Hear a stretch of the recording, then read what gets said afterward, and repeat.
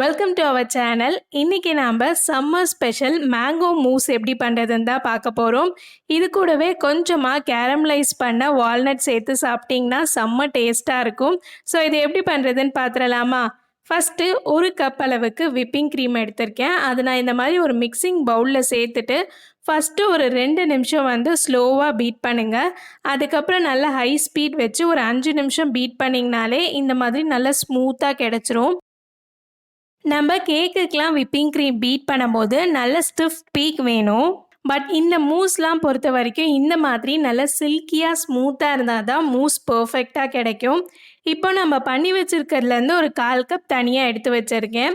அதில் 2 table spoon அளவுக்கு Amul dark சாக்லேட்டை மெல்ட் பண்ணி சேர்த்துக்கலாம். இந்த மாதிரி நல்லா மிக்ஸ் பண்ணி விட்டுருங்க. இப்போ நீங்கள் எந்த கிளாஸில் சர்வ் பண்ண போகிறீங்களோ அதை எடுத்துக்கலாம். இதில் நம்ம பண்ணி வச்சுருக்க அந்த சாக்லேட் லேயர் சேர்த்துக்கலாம். இதில் நம்ம செட்டிங் ஏஜென்ட்டான அகர் அகர் ஜெலட்டின் எதுவுமே யூஸ் பண்ணல. ஸோ நீங்கள் ஃப்ரிட்ஜில் கொஞ்சம் எக்ஸ்ட்ரா டைம் வச்சாதான் நல்லா செட் ஆகும். நான் ஃப்ரீசரில் ஒரு 10 நிமிஷம் அளவுக்கு இதை வச்சு எடுத்துக்கிறேன். அடுத்து நம்ம மேங்கோ லேயர் பண்ணுறதுக்காக ஒரு மாம்பழத்தை கட் பண்ணி மிக்சியில் சேர்த்துருக்கேன். இதில் தண்ணி எதுவுமே சேர்க்காம இந்த மாதிரி திக்காக அரைச்சி எடுத்துக்கோங்க. அடுத்து நம்ம விப்பிங் க்ரீம் பீட் பண்ணி வச்சுருந்தோம்ல, இதில் நம்ம அரைச்சி வச்சுருந்த அந்த மேங்கோலேருந்து ஒரு 3 டேபிள் ஸ்பூன் அளவுக்கு சேர்த்துக்கிறேன். இதில் எக்ஸ்ட்ராவாக ஸ்வீட்னஸ்க்கு நான் எதுவுமே சேர்க்கலை. மேங்கோலேருந்து வர ஸ்வீட்னஸ் மட்டும்தான். அண்ட் சாக்லேட் லேயரில் பார்த்தீங்கன்னா சாக்லேட் மட்டும்தான் சேர்த்துருக்கேன். நீங்கள் நிறைய சுகர்லாம் எக்ஸ்ட்ராவாக சேர்த்திங்கன்னா சாப்பிடும்போது ரொம்ப திகட்டும், நம்மளால் நிறைய சாப்பிட முடியாது. ஸோ இது எல்லாத்தையும் நல்லா மிக்ஸ் பண்ணிவிடுங்க. இப்போ நம்ம ஃப்ரிட்ஜிலேருந்து சாக்லேட் லேயர் சூப்பராக செட் ஆகிடுச்சு. இதுக்கு மேலே நம்ம பண்ணி வச்சுருக்க அந்த மேங்கோ லேயர் சேர்த்துக்கலாம். இப்போ இதையும் ஃப்ரிட்ஜில் ஒரு 5 நிமிஷம் வச்சு எடுத்துக்கோங்க.